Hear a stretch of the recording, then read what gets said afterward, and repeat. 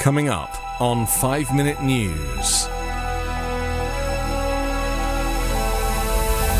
Hospitals in Gaza are overwhelmed as Israel invasion looms. Donald Tusk celebrates Civic Coalition success in Polish election. And Rite Aid pharmacy chain files for bankruptcy. It's Monday, October 16. I'm Anthony Davis. Medics in Gaza warned last night that thousands could die as hospitals packed with wounded people ran desperately low on fuel and basic supplies. Palestinians in the besieged coastal enclave struggled to find food, water and safety ahead of an expected Israeli ground offensive in the war sparked by Hamas's deadly attack. Israeli forces, supported by a growing deployment of US warships in the region, positioned themselves along Gaza's border and drilled for what Israel said would be a broad campaign to dismantle the militant group.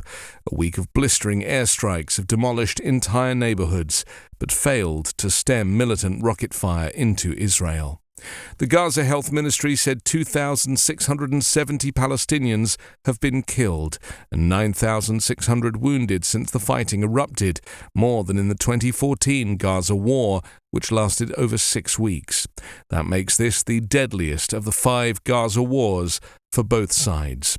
More than 1,400 Israelis were killed, the vast majority of them civilians, in Hamas's October 7 assault. At least 155 others, including children, were captured by Hamas and taken into Gaza, according to Israel. It's also the deadliest war for Israel since the 1973 conflict with Egypt and Syria. The U.S. State Department said Secretary of State Antony Blinken would return to Israel today after completing a frantic 6-country tour through Arab nations aimed at preventing the fighting from igniting a broader regional conflict. President Joe Biden is also considering a trip to Israel, though no official plans have been finalized. Fighting along Israel's border with Lebanon, which has flared since the start of the latest Gaza war, intensified on Sunday, with Hezbollah militants firing rockets and an anti-tank missile, and Israel responding with airstrikes and shelling. The Israeli military also reported shooting at one of its border posts. The fighting killed at least one person on the Israeli side and wounded several on both sides of the border. The Polish opposition leader Donald Tusk has welcomed exit polls showing opposition parties on course to potentially secure a majority in the country's parliamentary election over the ruling far-right Conservative Nationalist Party. A former European Council president, Tusk's victory would see Poland moving closer to European allies and reviving support for Ukraine. His Civic Coalition party ran with Third Way and the New Left on separate tickets, but with a shared commitment to restoring ties with Europe.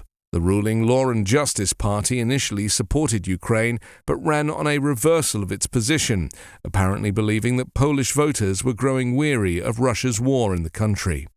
The Ipsos exit poll projected that while PIS would emerge as the largest party, with approximately 36.8% of the vote, roughly equivalent to 200 seats, the KO-led opposition grouping would secure 248 of the 460 seats in Poland's parliament, enough to form a majority.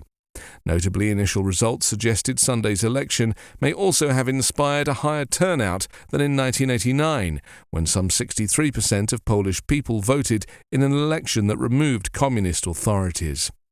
Democracy has won. This is the end of the PIS government, Tusk told party members at a celebration last night where he and others wore red hearts on their clothing. As a member of the European Union and NATO, Poland's changing position on neighbouring Ukraine and response to people fleeing the conflict was being closely watched. PIS denies its reforms have undermined democracy, saying they were meant to make the country and its economy more fair while removing the last vestiges of communism. It has built its support base on generous social handouts and a pledge of more independence from Brussels. Tusk said he would seek to unblock some €110 billion of European Union funds earmarked for Poland, which have been frozen due to rule of law concerns from day one if he heads a new government. The US pharmacy chain Rite Aid filed for Chapter 11 bankruptcy last night as it comes under pressure from lawsuits alleging that the drugstore chain helped fuel the opioid crisis in the United States. Rite Aid listed estimated assets and liabilities in the range of $1 billion to $10 billion in a court filing with the U.S. Bankruptcy Court for the District of New Jersey. Philadelphia, Pennsylvania-based Rite Aid operates more than 2,000 retail stores across 17 states in the U.S., although it's much smaller than its rivals such as Walgreens Boots Alliance and CVS Health. Along with other pharmacy chains, it has been named a defendant in lawsuits that allege they help fuel the opioid crisis in the U.S. The U.S. Department of Justice in March sued Rite Aid, accusing the pharmacy chain of missing red flags as it illegally filed hundreds of thousands of prescriptions for controlled substances, including opioids. More than 900,000 people have died of drug overdoses in the U.S. since 1999, with opioids playing an outsized role, according to data from the U.S. CDC.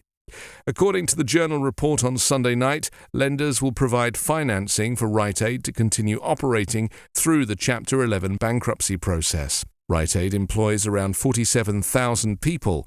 It has closed more than 200 stores in the past couple of years.